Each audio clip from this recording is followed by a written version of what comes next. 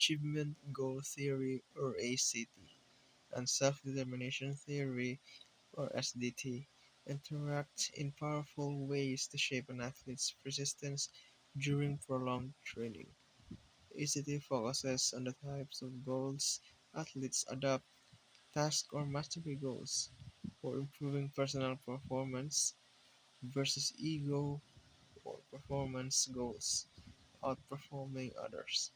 Athletes with strong task goals tend to stay engaged longer because they value learning and self-improvement, which naturally supports persistence.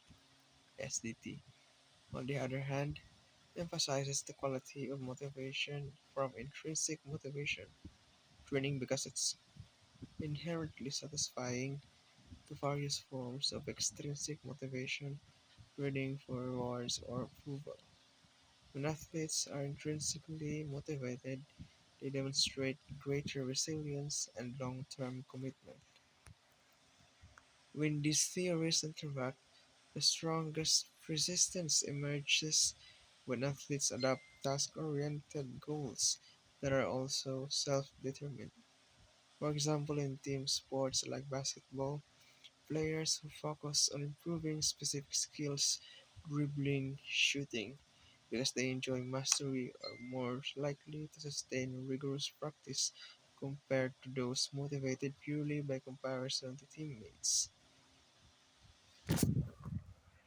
A soccer player motivated by the joy of refining technique, intrinsic motivation, mastery goals, will generally handle long training cycles, including setbacks and fatigues, more resiliently than a peer motivated by external approval alone.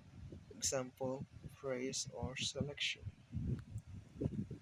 A real-world example from soccer. Elite clubs often design training environments that emphasize personal improvement benchmarks. Example, increasing passing accuracy by 10% rather than ranking players against one another. This supports athletes in experiencing competence, autonomy, and relatedness core elements of SDT while reinforcing mastery orientation from ACT. The combined effect is that players are more persistent because they both value personal growth, ACT task goals, and feel motivated from within.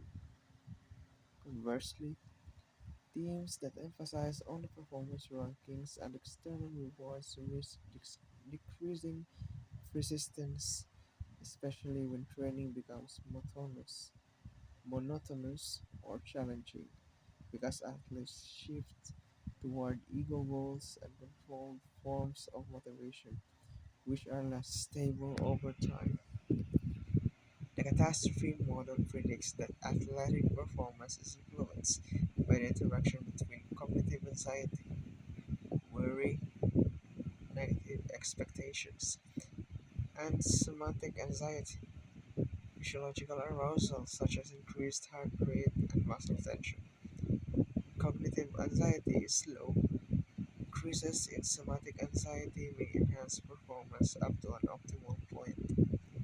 However, in high-stakes competitions where cognitive anxiety is high, even a small increase in somatic arousal can trigger a sudden and dramatic drop in performance, known as a catastrophe.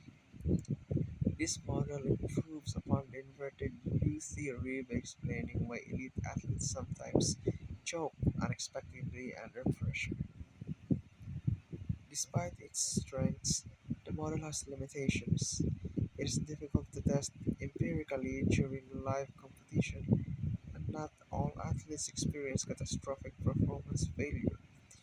Individual differences such as experience, confidence, and coping skills can buffer anxiety's effects, suggesting the model may not apply universally. To mitigate these effects, an exercise psychologist can implement targeted strategies. Cognitive restructuring helps athletes reduce worry by reframing negative thoughts.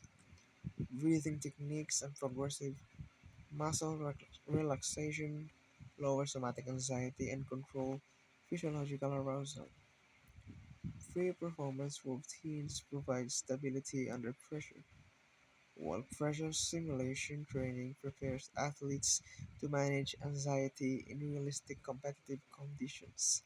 Together, these strategies reduce the likelihood of catastrophic performance breakdowns.